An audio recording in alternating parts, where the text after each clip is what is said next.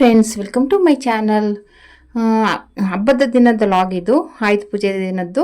ಅವತ್ತು ವೀಡಿಯೋ ಹಾಕೋಕ್ಕಾಗಲಿಲ್ಲ, ಇವಾಗ ಹಾಕ್ತಾಯಿದ್ದೀನಿ.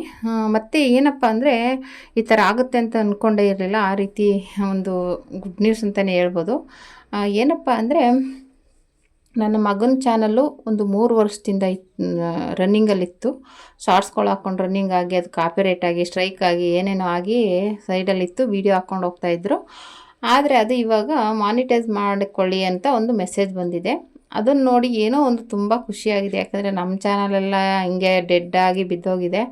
3-4 ವರ್ಷದಿಂದ ನಾವು ಕಷ್ಟಪಡ್ತಾನೇ ಇದ್ದೀವಿ. ಅದನ್ನ WH ಮಾಡ್ಕೊಳ್ಳೋಕ್ಕೆ ಆಗ್ತಾಯಿಲ್ಲ. ಸಬ್ಸ್ಕ್ರೈಬ್ ಆದ್ರೂ WHಗೆ ತುಂಬಾ ಕಷ್ಟಪಡ್ತಾಯಿದ್ದೀವಿ. ಅದೊಂದು ಬಂದಿರೋದಕ್ಕೆ ಏನೋ ಒಂದು ತುಂಬಾ ಖುಷಿಯಾಗಿದೆ. ಹೇಳೋಕ್ಕೆ ಆಗಲ್ಲ ಆ ಥರ. ಅದು ಆಯುಧ ಪೂಜೆ ದಿನ ಒಂದು ಮೆಸೇಜ್ ನೋಡಿ ಇಷ್ಟು ಖುಷಿ ಆಗ್ತಿದೆ ಅಂದರೆ ಅದು ಹೇಳೋಕ್ಕೆ ಆಗ್ತಾಯಿಲ್ಲ. ಈ ರೀತಿ ಆಗುತ್ತೆ ಅಂತಲೇ ಅಂದ್ಕೊಂಡಿರಲಿಲ್ಲ. ಅದು ಹೋಯ್ತು ಆ ಚಾನಲು ಅಂತಲೇ ಅಂದ್ಕೊಂಬಿಟ್ಟಿದ್ವಿ. ಆದರೆ ಆ ಚಾನಲ್ ಒಂದು ಮೆಸೇಜ್ ಬಂದಿದೆ ಅಂದರೆ ಒಂಥರ ಖುಷಿನೇ ಆಗುತ್ತೆ.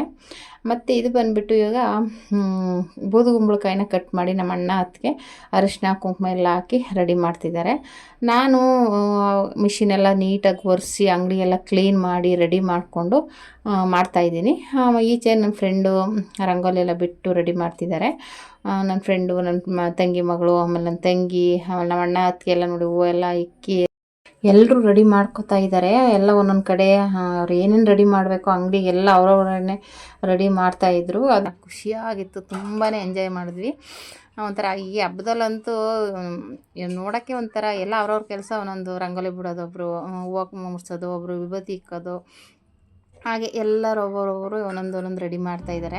ನಾನು ಪೂಜೆಗೆ ಏನೇನು ಬೇಕು ಸ್ನಾನ ಮಾಡಿಕೊಂಡು ನಾನು ಎಲ್ಲ ರೆಡಿ ಮಾಡ್ಕೋತಾ ಇದ್ದೀನಿ. ಮಾಮೂಲಿ ನಾನು ಮಿಷಿನ್ಗಳಿಗೆಲ್ಲ ವಿಭೂತಿ ಇಕ್ಕಿ ಎಲ್ಲ ರೆಡಿ ಮಾಡ್ತಾಯಿದ್ದೀನಿ. ದೇವ್ರ ಸಾಮಾನೆಲ್ಲ ತೊಳೆದು ದೇವ್ರಿಗೆಲ್ಲ ವಿಭೂತಿ ಇಕ್ಕಿ ರೆಡಿ ಮಾಡ್ತಾಯಿದ್ದೆ. ಇವರೆಲ್ಲ ಮಾಮೂಲಿ ಬೋರ್ಡ್ಗೆಲ್ಲ ಒರೆಸಿ ಬೋರ್ಡ್ಗೆ ಮಾವಿನ ಸೊಪ್ಪು ಕಟ್ಟಿ ಎಲ್ಲನೂ ಮಾಡ್ತಾಯಿದ್ದಾರೆ. ನೋಡಿ ರಂಗೋಲಿಗಳಂತೂ ನಮ್ಮ ಫ್ರೆಂಡು ಮತ್ತು ನಮ್ಮ ತಂಗಿ ಮಗಳು ಬಿಟ್ಟಿರೋದು ಸೂಪರಾಗಿ ಬಿಟ್ಟಿದ್ದಾರೆ ನೋಡಿ. ಆಮೇಲೆ ಮತ್ತೆ ನನ್ನ ತಂಗಿ ಮಗ, ನಮ್ಮ ಅಣ್ಣ ಎಲ್ಲ ಸೇರ್ಕೊಂಡು ಬೋರ್ಡ್ಗೆ ಹಾರ ಎಲ್ಲ ಹಾಕಿ ರೆಡಿ ಮಾಡ್ತಾಯಿದ್ದಾರೆ. ಮತ್ತು ಒಳಗಡೆ ಎಲ್ಲ ನಮ್ಮ ಅಜ್ಜಿಯವರು ಎಲ್ಲ ಹೊರಗಡೆ ದೇವಸ್ಥಾನ. ಇವನು ನಮ್ಮ ಅಣ್ಣನ ಮಗ, ಅವನು ಓಡಾಡಿಕೊಂಡು ಎಲ್ಲರೂ ಇದೆಲ್ಲನೂ ರೆಡಿ ಮಾಡಿಕೊಂಡು ಎತ್ಕೊಂಬಂದು ಕೊಟ್ಟರು. ನಮ್ಮ ಫ್ರೆಂಡು, ನಮ್ಮ ಅಪ್ಪನೂ ಏನೇನು ಹೆಲ್ಪ್ ಮಾಡ್ತಾಯಿದ್ರು ಅಂತೆ ದೇವ್ರಿಗೆ. ಇದು ತಂದಿರುವಂಥ ಐಟಮ್ಸ್ಗಳು ಇವೆಲ್ಲ ಪೂಜೆಗೆ ಎಲ್ಲ ಅವ್ರವ್ರ ಪಾಡ್ಗೆ ಅವ್ರು ರೆಡಿ ಆಗ್ತಾಯಿದ್ರು. ನಮ್ಮ ತಂಗಿ ಎಲ್ಲ ರೆಡಿ ಮಾಡಿಕೊಂಡು ನೀಟಾಗಿ ಎಲ್ಲ ಅವ್ರವ್ರ ಕೆಲಸಗಳನ್ನೆಲ್ಲ ಎಷ್ಟು ನೀಟಾಗಿ ಮಾಡ್ತಾಯಿದ್ರು ಅಂದರೆ ಏನೋ ಒಂಥರ ಖುಷಿ, ತುಂಬಾ ಖುಷಿ ಆಯಿತು. ಈ ಸಲ ಅಂತೂ ಆಯುಧ ಪೂಜೆ ಅಂತೂ ಸೂಪರಾಗಾಯಿತು. ಹೇಳೋಕ್ಕೆ ಆಗೋದಿಲ್ಲ, ಅಷ್ಟು ಖುಷಿ ಆಗ್ತಾಯಿದೆ.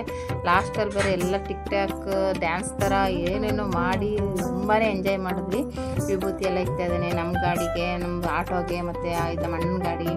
ನನ್ನ ತಂಗಿ ಮಗಳು ಕುಂಕುಮ ಇಟ್ಕೊಂಡ್ಬರ್ತಿದ್ದಾಳೆ, ಅವ್ನು ವಿಭೂತಿ ಇಟ್ಕೊಂಡು ಹೋಗ್ತಿದ್ದೆ ನಮ್ಮ ತಂಗಿ ಮಗ. ಎಲ್ಲರೂ ನೀಟಾಗಿ ರೆಡಿ ಮಾಡಿ ಪೂಜೆನಂತೂ ತುಂಬಾ ಎಂಜಾಯ್ ಮಾಡಿದ್ವಿ ಫ್ರೆಂಡ್ಸ್. ತುಂಬ ಚೆನ್ನಾಗಾಯಿತು ಪೂಜೆ. ಈ ಥರ ಆಗುತ್ತೆ ಅಂತ ಅಂದ್ಕೊಂಡೇ ಇರಲಿಲ್ಲ, ಅಷ್ಟು ಚೆನ್ನಾಗಾಯಿತು. ಮತ್ತು ಈ ಥರ ನೀಟಾಗಿ ಆಗುತ್ತೆ ಅಂತ ಅಂದ್ಕೊಂಡೇ ಇರಲಿಲ್ಲ. ಎಷ್ಟು ಚೆನ್ನಾಗಿ ಅಂದರೆ ಎಷ್ಟು ನೀಟಾಗಿ ರಂಗೋಲಿ ಬಿಡೋದಾಗಲಿ, ಅಷ್ಟೊಂದು ಕುಂಕುಮ ಇಕ್ಕೋದಾಗಲಿ, ನಾನೇ ಸ್ವಲ್ಪ ಎಲ್ಲ ಕ್ಲೀನ್ ಮಾಡಿ ರೆಡಿ ಆಗೋಷ್ಟರಲ್ಲಿ ಲೇಟ್ ಆಗೋಯಿತು. ಇವರೆಲ್ಲ ಅಷ್ಟೊತ್ತಿಗೆ ರೆಡಿಯಾಗಿ ನೀಟಾಗಿ ಎಲ್ಲ ಅಲ್ಲಲ್ಲೆಲ್ಲ ರೆಡಿ ಮಾಡ್ತಾಯಿದ್ದಾರೆ ನೋಡಿ. ಪಾಪ ನಮ್ಮ ಅಪ್ಪನೂ ಮಾವಿನ ಸೊಪ್ಪೆಲ್ಲ ಕಟ್ಟಿದ್ರು. ಇವರೆಲ್ಲ ವಿಭೂತಿ ಅಷ್ಟೊಂದು ಕುಂಕುಮ ಇಕ್ಕಿದ್ರು ಡೋರ್ಗೆ, ಮತ್ತು ಗಾಡಿಗಳಿಗೆ, ಬೈಕ್ಗೆ, ಮತ್ತು ಆಟೋಗೆ ಎಲ್ಲದಕ್ಕೂ. ಆಮೇಲೆ ಮಾವಿನ ಸೊಪ್ಪು ನಮ್ಮ ಮರದಲ್ಲೇ ಇತ್ತು. ನಮ್ಮ ತಂಗಿ ಮಗನೆಲ್ಲ ಮಾವಿನ ಸೊಪ್ಪು ಅದು ಸಿಕ್ಕಾಬಟ್ಟೆ ಕಿತ್ಬಿಟ್ಟಿದೆ. ಹೆಚ್ಚಾಗಿ ಕಟ್ಬಿಟ್ಟು ಮತ್ತೆ ಬಾಳೆದಿಂಡು ತಂದಿದ್ರು. ಬಾಳೆದಿಂಡು ಬಾಗಿಲಿಗೆ ಮತ್ತು ಗಾಡಿಗಳಿಗೆ ಎಲ್ಲದಕ್ಕೂ ನೀಟಾಗಿ ಮಾಡಿದ್ರು. ಈ ಸಲ ಅಂತೂ ತುಂಬ ಚೆನ್ನಾಗೇ ಆಯಿತು. ಹೇಳ್ಕೊಳ್ಳೋಕ್ಕೆ ಆಗೋದಿಲ್ಲ, ಅಷ್ಟು ನೀಟಾಗಿ ಪರ್ಫೆಕ್ಟಾಗಿ ನಡೀತು. ನಮ್ಮ ಫ್ರೆಂಡ್ಸು ಅವರು, ನನ್ನ ತಂಗಿನೂ ರೆಡಿಯಾಗಿರಲಿಲ್ಲ, ಅವಳು ರೆಡಿ ಆಗು ಅಂತ ಹೇಳ್ಬಿಟ್ಟು ಬಂದೆ. ಅವರು ಆಲ್ರೆಡಿ ರೆಡಿ ಆಗ್ತಾಯಿದ್ರು. ನನ್ನ ತಂಗಿ ಮಗಳು, ನನ್ನ ತಂಗಿ, ನನ್ನ ಮಗಳು ಎಲ್ಲರೂ ರೆಡಿ ಆಗ್ತಾಯಿದ್ರು. ರೆಡಿಯಾಗಿ ಬೇಗ ಲೇಟ್ ಆಗುತ್ತೆ ಪಾಪ. ಅವರು ಕೆಂಗೇನಿಂದ ಬಂದಿದ್ರು. ನನ್ನ ಫ್ರೆಂಡ್ ಅಂತೂ ಯಾವಾಗಲೂ ಮಿಸ್ ಮಾಡಲ್ಲ, ಬರ್ತಾ ಇರ್ತಾಳೆ. ಇವಾಗ 4-5 ವರ್ಷದಿಂದ ಮಿಸ್ ಮಾಡೋದೇ ಇಲ್ಲ, ಬರ್ತಾಳೆ. ಹಂಗಾಗಿ ಏನೋ ಒಂಥರ ತುಂಬಾ ಖುಷಿಯಾಗುತ್ತೆ. ಅವಳು ನನ್ನ ಫ್ರೆಂಡು, ಚಿಕ್ಕ ವಯಸ್ಸಿನ ಫ್ರೆಂಡು, ಕ್ಲಾಸ್ಮೇಟ್ ಅಂತೂ ಅಲ್ಲ, ಆದರೆ ಇಬ್ಬರು ಜೊತೆಲಿ ಗದ್ದೆ ಕೆಲಸಕ್ಕೆಲ್ಲ ಹೋಗ್ತಾಯಿದ್ವಿ, ಹುಲ್ ಕೊಯ್ಯೋಕ್ಕೆಲ್ಲ ಹೋಗ್ತಾಯಿದ್ವಿ. ಅವರು ಹಸುಗಳು ಸಾಕಿದ್ರು, ನಾವು ಸಾಕಿದ್ವಿ. ಆಮೇಲೆ ನಮ್ಮದು ಮದುವೆ ಅವ್ರದ್ದು ಒಂದು 15 ದಿನ 20 ದಿವಸದಲ್ಲೇ ಹಿಂದೆ ಮುಂದೆ ಆಗಿದ್ದು ಅಷ್ಟೇ. ಹಂಗಾಗಿ ಏನೋ ಒಂಥರ ಅಷ್ಟು ಕ್ಲೋಸ್ ಫ್ರೆಂಡ್ಸ್ಗಳು. ಈಗಲೂ ಮಿಸ್ ಮಾಡಲ್ಲ. ಎಲ್ಲರ ಹೊರಗಡೆ ಹೋದರೆ ಜೊತೆಗೆ ಹೋಗ್ತೀವಿ ಬರ್ತೀವಿ. ಆ ಥರ ಇರೋದ್ರಿಂದ ಈ ಪೂಜೆಗಂತೂ ಮಿಸ್ ಮಾಡೋದೇ ಇಲ್ಲ ಅವಳು. ಒಂದು 4-5 ವರ್ಷದಿಂದ ಕಂಟಿನ್ಯೂಸ್ ಆಗಿ ಬರ್ತಾಳೆ. ಮಗಳು ಅವರು ಆಮೇಲೆ ತಂಗಿನೂ ಬರ್ತಾಯಿದ್ರು. ಅವ್ರು ಬರೋಕ್ಕಾಗಲಿಲ್ಲ ಈ ಸಲ. ನೋಡಿ ಬಾಳೆದಿಂಡೆಲ್ಲ ಕಟ್ತಿದ್ದಾರೆ. ನಾನು ಆಗಲೇ ಹೇಳಿದ್ನಲ್ಲ, ಎಲ್ಲ ಬಾಗಿಲಿಗೆ ಗಾಡಿಗಳಿಗೆ ಎಲ್ಲದಕ್ಕೂ ಬಾಳೆದಿಂಡಂತೂ ನೀಟಾಗಿ ಕಟ್ತಾಯಿದ್ದಾರೆ. ಮಾವಿನ ಸೊಪ್ಪು ಎಲ್ಲನೂ ನೀಟಾಗಿ ರೆಡಿ ಮಾಡ್ತಾಯಿದ್ರು. ಎಲ್ಲನೂ ಮಾವಿನ ಸೊಪ್ಪು ಅಂತೂ ನಮ್ಮ ಮರದಲ್ಲೇ ಇತ್ತು. ಮತ್ತು ಡೋರ್ಗೆಲ್ಲ ವಿಭೂತಿಗೆ ಅರ್ಶಿನ ಕುಂಕುಮಕ್ಕೆ ಇಡ್ತಾಯಿದ್ದಾರೆ. ನಾನು ಆಲ್ರೆಡಿ ಫಸ್ಟೇ ತೊಳೆದು ಇದು ಮಾಡಿದ್ದೆ ಡೋರ್ನ. ಆಮೇಲೆ ಈಗ ಅರ್ಶಿನ ಕುಂಕುಮಕ್ಕೆ ಕುಡಿ ಹಿಂದೆ ಅವ್ರು ನೀಟಾಗಿ ಇಕ್ತಾಯಿದ್ದಾರೆ.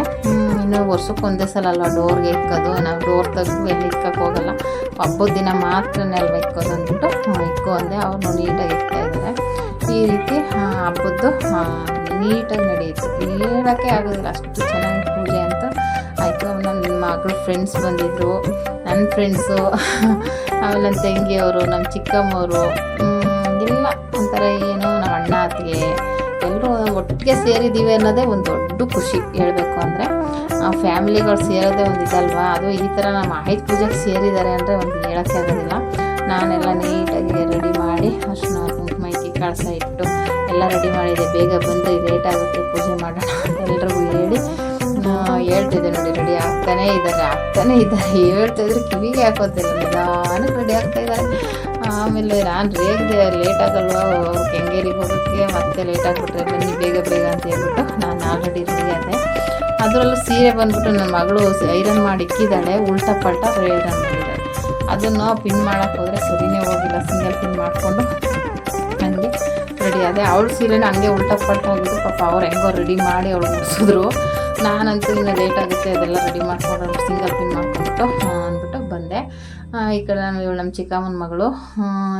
ಇವ್ರು ಮೂವರು ಒಂದೇ ವಾರಿಗೆ ಒಂಚೂರು ಒಂದೊಂದು ತಿಂಗಳು 2 ತಿಂಗಳು ಹೆಚ್ಚು ಕಡಿಮೆ ಅಷ್ಟೇ. ಅವರು ನನ್ನ ಮಗಳಾಗಲಿ, ನಮ್ಮ ಚಿಕ್ಕಮ್ಮನ ಮಗಳು, ನನ್ನ ಫ್ರೆಂಡ್ ಮಗಳು 3 ಜನನು ಒಂದೊಂದು ತಿಂಗಳು 2 ತಿಂಗಳು ಹೆಚ್ಚು ಕಡಿಮೆ ಅಷ್ಟೇ. ಒಂದೇ ವಾರಿಗೆ ಅವರು 3 ಜನನು.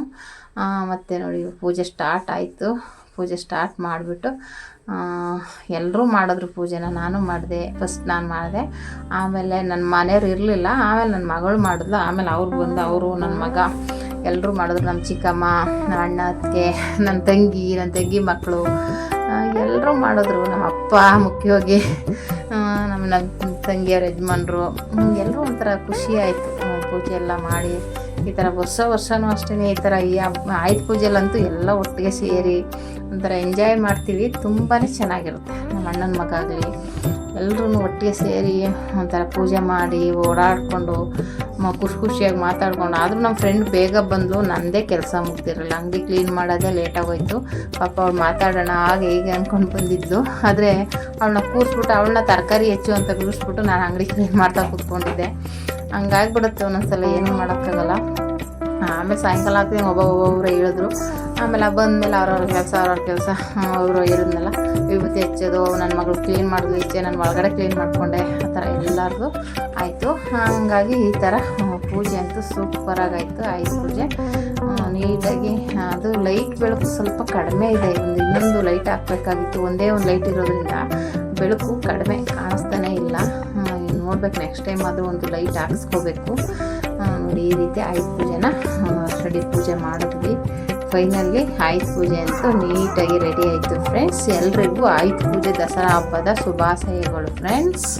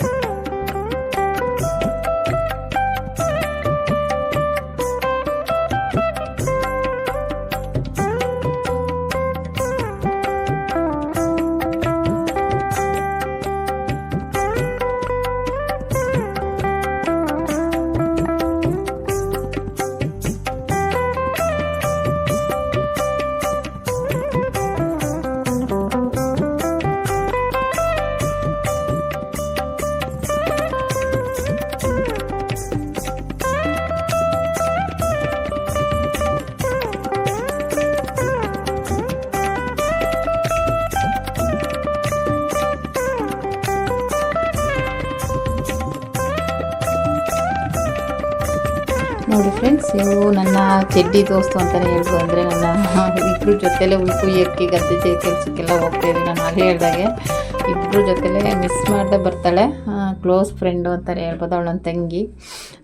ನಾವೆಲ್ಲ ಒಟ್ಟಿಗೆ ಓಡಾಡ್ಕೊಂಡಿದ್ದವರು. ಅವಳು ಕ್ಲಾಸ್ಗಂತೂ ಹೋಗ್ತಿರ್ಲಿಲ್ಲ, ನಾನು ಕ್ಲಾಸ್ಗೆ ಹೋಗ್ತಿದ್ದೆ, ಅವಳೇನು ಓದೋಕ್ಕೆ ಹೋಗ್ತಿರ್ಲಿಲ್ಲ. ಆದರೆ ಗದ್ದೆ ಕೆಲಸಕ್ಕೆ ಇಬ್ಬರು ಜೊತೆಲಿ ಹೋಗ್ತಿದ್ವಿ. ಎಲ್ಲೋದ್ರೂ ಇಬ್ಬರೂ ಕೆಲ್ಸಕ್ಕೆ ಹೋಗ್ತಾಯಿದ್ವಿ. ಹುಲ್ ಕುಯ್ಕೊಂಬರೋದಕ್ಕಾಗಲಿ, ಹಸುಗಳ್ಗೆ ಇವೆಲ್ಲ ಒಟ್ಟೊಟ್ಟಿಗೆ ಮಾಡ್ತಿದ್ದವರು. ಒಂದು ತಿಂಗಳು ಹೆಚ್ಚು ಕಮ್ಮಿಲೇ ಮದುವೆ ಆಯ್ತು ಇಬ್ರದ್ದು. ಹಂಗಾಗಿ ಇವತ್ತಲ್ಲಿ ಅವಳು ಬೆಂಗಳೂರಲ್ಲೇ ಕೆಂಗೇರಿಯಲ್ಲಿರೋದು. ಹಾಗಾಗಿ ಮಿಸ್ ಮಾಡದೆ ಬರ್ತಾಳೆ. ನಾನು ಹೋಗ್ತಾ ಇರ್ತೀನಿ ಅವಾಗ ಊರಿಗೆ. ಮತ್ತು ಅವಳದು ಕೆನ್ನೆ ಬೇರೆ ಸೈನಿಂಗ್ ಹೊಡಿತಾ ಇತ್ತು. ಹೇಳ್ದೆ, ಏನು ಹಚ್ಚಿದ್ಯಾ ಕೆನ್ನೆ ಸೈನಿಂಗ್ ಹೊಡಿತಾ ಇದೆ ಅಂತ. ಅವಳು ಇಲ್ಲಪ್ಪ, ನಾನು ಏನು ಹಚ್ಚೇ ಇಲ್ಲ, ಪೌಡ್ರ್ ಬಿಟ್ಟರೆ ಇನ್ನೇನು ಹಾಕಿಲ್ಲ ಅಂತ. ಅವಳು ನನ್ನ ತಂಗಿನೂ ಏನೋ ಕ್ರೀಮ್ ಹಚ್ತಾ ಇದ್ಲು. ಅವಳು ಇವಾಗಿಲ್ಲ, ಅದೇನೋ ಬೊಂಗು ಥರ ಬಂದ್ಬಿಟ್ಟು ಹಚ್ತಾ ಇದ್ಲು. ಈಗ ಇಲ್ಲಪ್ಪ ನಿಲ್ಲಿಸ್ಬಿಟ್ಟಿದ್ದೀನಿ ಅಂತ ಹೇಳ್ತಾ ಇದ್ಲು. ನಾನು ಹೇಳಿದೆ, ಬೊಂಗು ಬಂದಿತ್ತು ಅಂತ ಹಚ್ತಿದ್ದೆಲ್ಲ ಅದು ಹಚ್ತಾ ಇದ್ದಾಗ ಅವಳು ಸ್ವಲ್ಪ ಸೈನಿಂಗಾಗಿ ಕಾಣಿಸ್ತಾ ಇದ್ಲು ನನ್ನ ತಂಗಿ. ಹಂಗಂದೆ, ಇಲ್ಲಪ್ಪ ಈಗ ಹಚ್ಚೋದು ಬಿಟ್ಬಿಟ್ಟಿದ್ದೀನಿ ಅಂತ ಅವಳು ಹೇಳ್ತಾ ಇದ್ಲು. ಅದನ್ನು ಹೇಳ್ಕೊಂಡು ಒಂದಷ್ಟು ಫೋಟೋಗಳು ವೀಡಿಯೋಗಳು ಎಲ್ಲ ತಗೊಂಡು ಈ ಥರ ಎಂಜಾಯ್ ಮಾಡಿ ಪೂಜೆ ಎಲ್ಲ ಆಯಿತು ಫ್ರೆಂಡ್ಸ್.